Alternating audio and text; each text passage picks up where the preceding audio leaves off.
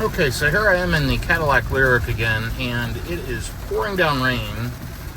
And I'm in the Dallas-Fort Worth area. It's 65 degrees. I'm averaging 2.7 miles per kilowatt hour here, just driving around town. Again, terrible efficiency overall. But what I'm really trying to do is, in the same day, I charged earlier today on a Tesla supercharger, and I did not have good results. I plug into the navigation, I'm going to the charger, and I don't think the car has been preconditioning. Some people have said, hey, you have to turn that on manually for the Tesla superchargers. I've gone to those in the past and not turned it on and gotten great charging speeds, but that was on a road trip. So I've been having terrible charging speeds at this EVgo in Highland Village, Texas, at the Whole Foods lately. So I went ahead in the charging menu on the car and I turned on preconditioning manually. And it's been preconditioning now for 20 plus minutes, and it says it's now ready to charge, which I'll show you as soon as I can do that here in just a few minutes. So let me take a look. If I click this charging icon right here, preconditioning temperature, that's the cabin temp.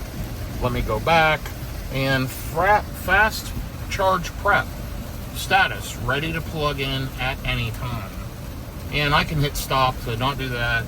I hit start on that screen because it did not pop up on the navigation like it used to, saying it was going to precondition.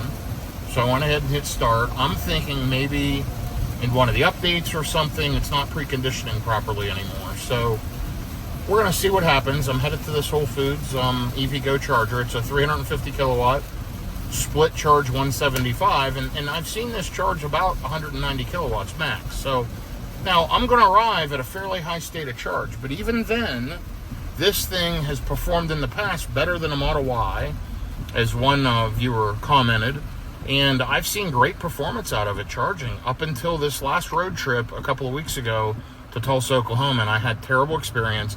Since then, I've not had good experience. Something is going on. So I'm going to arrive at a fairly high state of charge at 56%. But we're going to plug in and see what happens and see if we can get some good speeds. And yes, it's pouring down rain. There's some lightning. This thing should charge just fine regardless of the rain. As a matter of fact, that helps cool things down and should get me better charging for longer. And we'll see if this can hold a high state of charge again, you know, a high charging rate again like it used to until a high state of charge. So it is 6:50 p.m. I'll be to this Whole Foods in, it's showing me 6 minutes. I'm 2.5 miles away.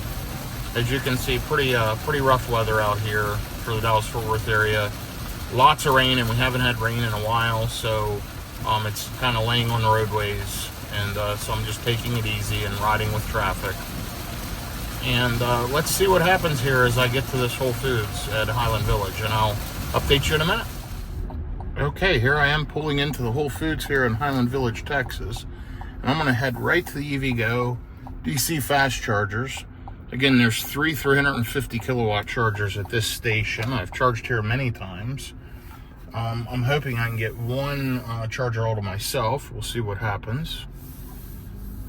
It is raining, although it's slowed down raining in this particular area where I just was a minute ago. It was pouring down rain. And let's see. This middle charger is unoccupied. We've got an ID4 and a Lucid at the first charger. Got a Mustang Mach-E at the end charger. And I'm going to plug in all by myself in the middle charger. Let me just back up and get positioned here right. And this charger's name is Benjamin. So I'll be right back with you here. All right, here we go. Let's see if we can get a decent charge. For once, since I have manually preconditioned, it should be pretty good.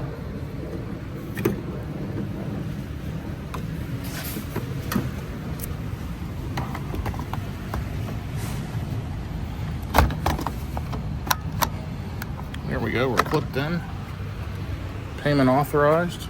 Let's jump in the car and see what it says.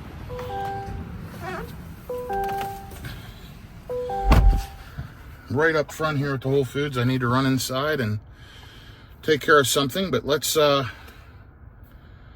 take a look at the charging rate. On the screen up there, you'll see it says connecting to vehicle. Down here, it says charge cord connected. See there, it says connecting to vehicle.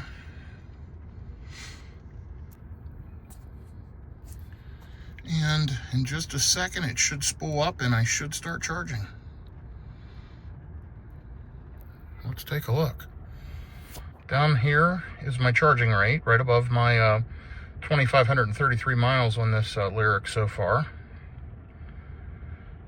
And I am at a 56% state of charge. It should jump up into the mid-hundreds, as it has done in the past. And you'll see I'm only charging at 104, 105 kilowatts. So something's definitely going on. This thing was charging around 150 kilowatts, no problem, every time at around 50 to 60%. So definitely going to get it looked at next week. We've got some type of charging issue here in this 2024 Lyriq, and hopefully Cadillac can figure it out, because just a couple of weeks ago, if you go back and watch my charging videos, this thing charged way better than it is now.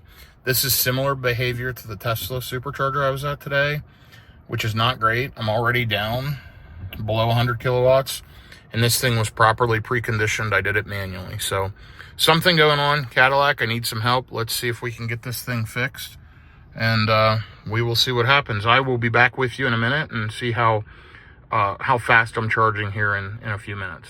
Okay, so here I am back in the Lyriq just a few minutes later. And you'll see it's maybe 3-4 minutes later. I'm up to 63%, and it's already down to 89 kilowatts. That's not a bad charge rate for 60%, but something's definitely going on. Super strange behavior. No idea what's causing it. I properly preconditioned a car. This is more tolerable than what I saw when I was on the way to Tulsa. I would plug in around 10%, and by the time it hit 30%, I was dropping down to this rate.